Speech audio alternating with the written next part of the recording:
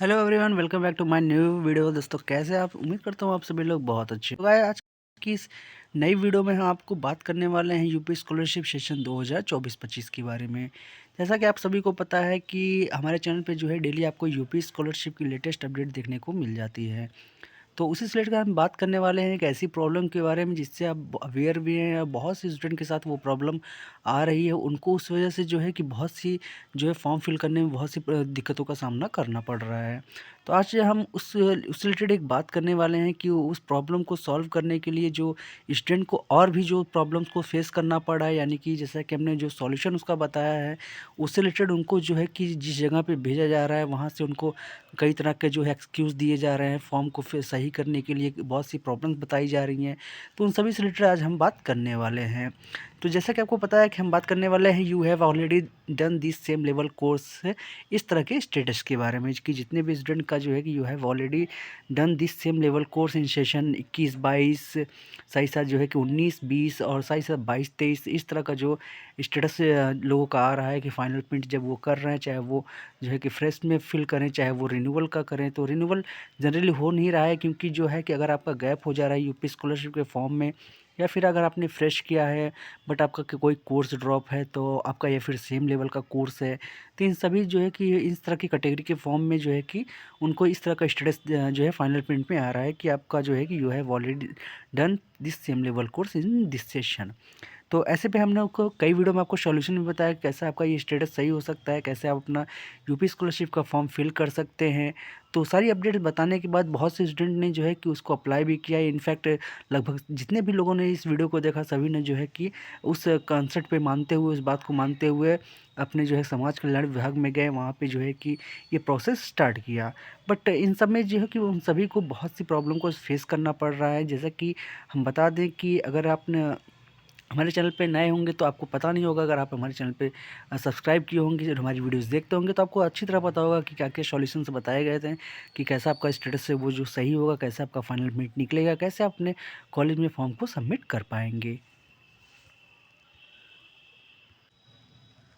तो उसी टॉपिक पे आज हम ये क्लियर आपसे बहुत एक डिटेल में बात करने वाले हैं कि कैसे आपका ये जो है कि जनरली आपका जो है कि नॉर्मली कैसे ये सही हो सकता है। फिर जो स्टूडेंट के साथ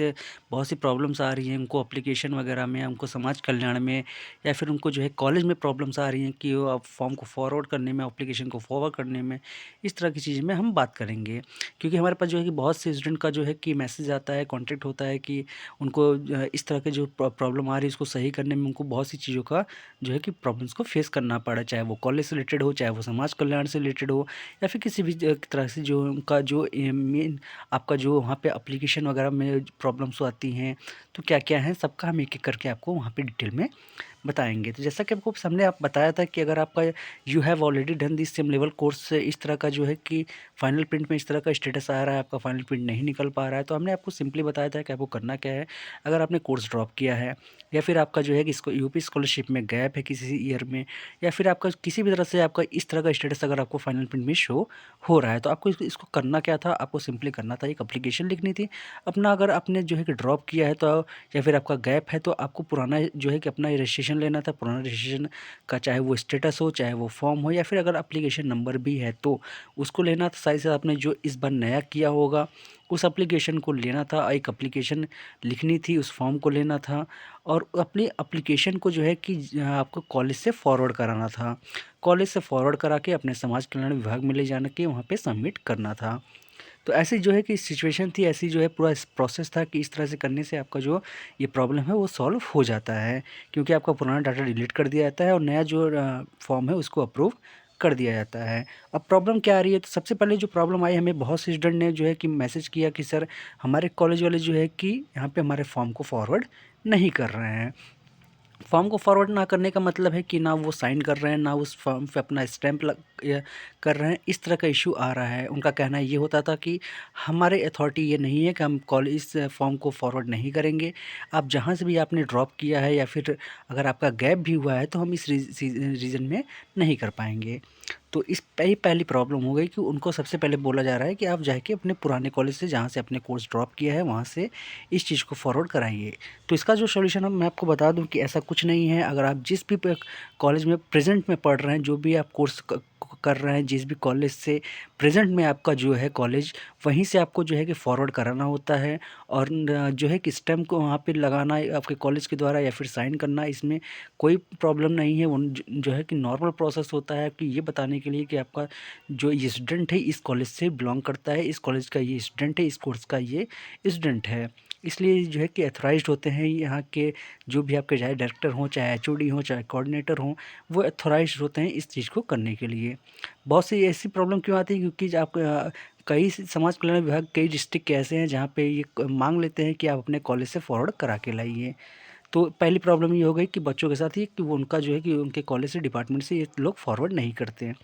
अब नेक्स्ट प्रॉब्लम ये आती है कि जब वो मान लो अपना एप्लीकेशन लेके जाते हैं अपने समाज कल्याण में, चाहे वो फॉरवर्ड हो चाहे ना हो, तो वहाँ पे हमको वो जो है कि बहुत से स्टूडेंट मैसेज किए हैं कि सर हमें वहाँ पे हमारा जो एप्लीकेशन है वो रिसीव नहीं किया जा रहा है।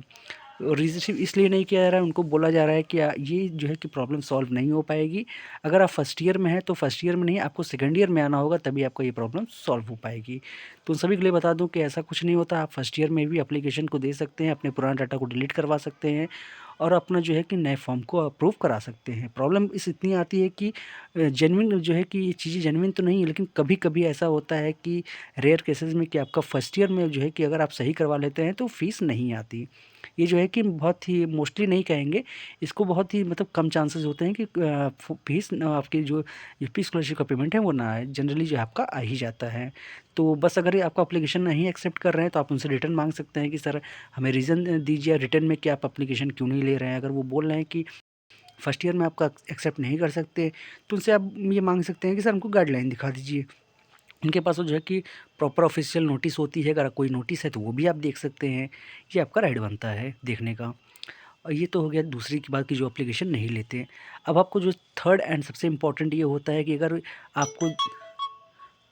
आपको ये प्रॉब्लम आती है कि फर्स्ट और सेकंड में कि आपका एप्लीकेशन नहीं कॉलेज से फॉरवर्ड हो रहा है, या अगर हो भी गया तो आप समाज कल्याण जा रहे हैं, वहाँ पे आपको जो वहाँ पे आपके गवर्नमेंट के एम्प्लॉय मिल रहे हैं, कर्मचारी वहाँ के मिल रहे हैं, वो भी अगर आपकी नई फॉर्म को नहीं ले रहे हैं, नहीं सुन रहे हैं, तो आप सिंपली आपके पास एक ऑप्शन ये है कि आप डायरेक्टली जो है कि हेड ऑफिस जा सकते हैं। हेड ऑफिस मतलब कि आप लखनऊ जा सकते हैं। लखनऊ में आपका समाज कल्याण का जो हेड ऑफिस होता है वहाँ पे जाके अपना ये प्रॉब्लम को सॉल्व कर सकते हैं।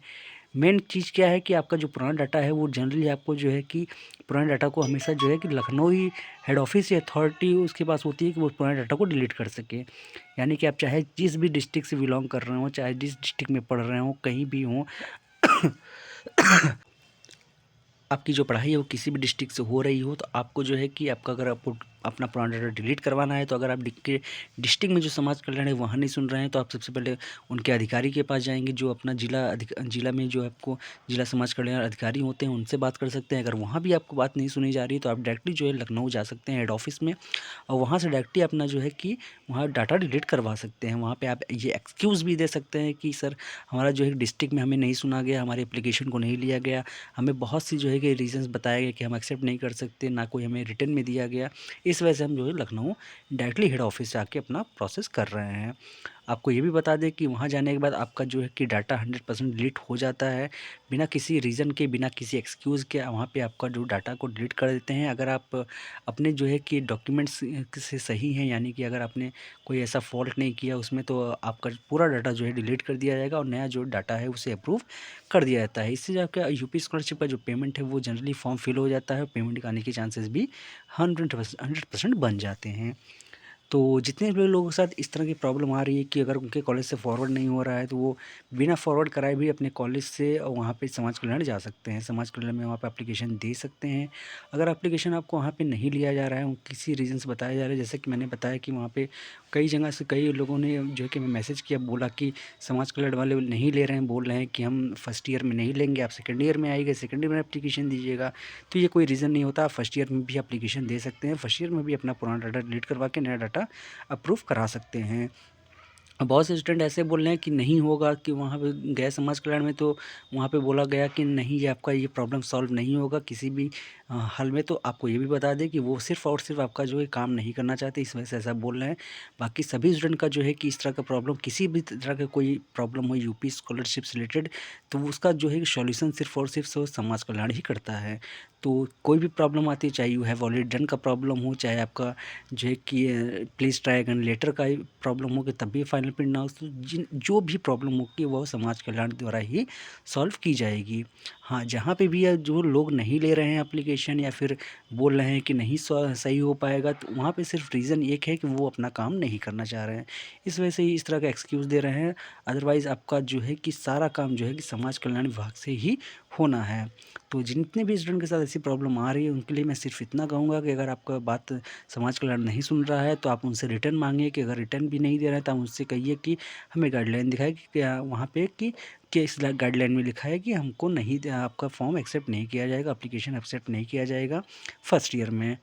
तो और आपका जो मेन सॉल्यूशन है कि आपका ये प्रॉब्लम जेन्युइन सही कैसे होगा, सॉल्व कैसे होगा, तो वो सिर्फ़ और सिर्फ़ आपको लखनऊ से होता है, लखनऊ हेड ऑफ़िस से होता है। कि लखनऊ हेड ऑफ़िस से आपका पुराना डाटा डिलीट करके नया डाटा अप्रूव कर दिया जाता है।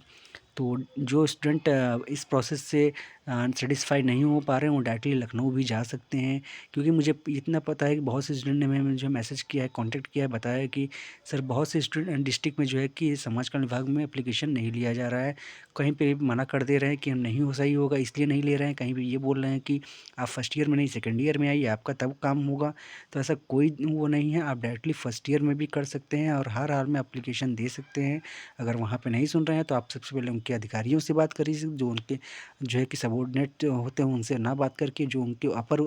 अधिकारी होते हैं उनसे बात कर सकते हैं। अगर वो भी नहीं करते हैं, तो आप डायरेक्टली जो है लखनऊ जाके अपना प्रॉब्लम सॉल्व कर सकते हैं।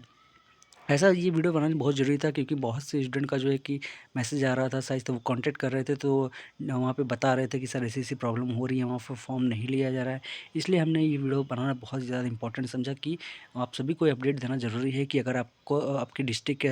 समाज कल्याण अधिकारी आपको बात नहीं सुन रहे हैं, तो आप जो है डायरेक्टली लखनऊ भी जाके अपना प्रॉब्लम सॉल्व कर सकते हैं। तो वैसे जितने भी स्टूडेंट हैं जिनके साथ ये प्रॉब्लम है, वो बिना कुछ वो देरी किए आप फटाफट जाके अपना लखनऊ से सही करवा सकते हैं। अगर आप कैपेबल हैं कि उतना करवा सकते हैं, तो आप बिल्कुल जाइए और लखनऊ से अपना पूरा चीज़ सही करवा के, पूरा फॉर्म अप्रूव करवा के, उसके बाद अपना फॉर्म फिल करिए, ताकि आपको यूपी स्कॉलरशिप सेशन 2024-25 में यूपी स्कॉलरशिप का लाभ मिल सके।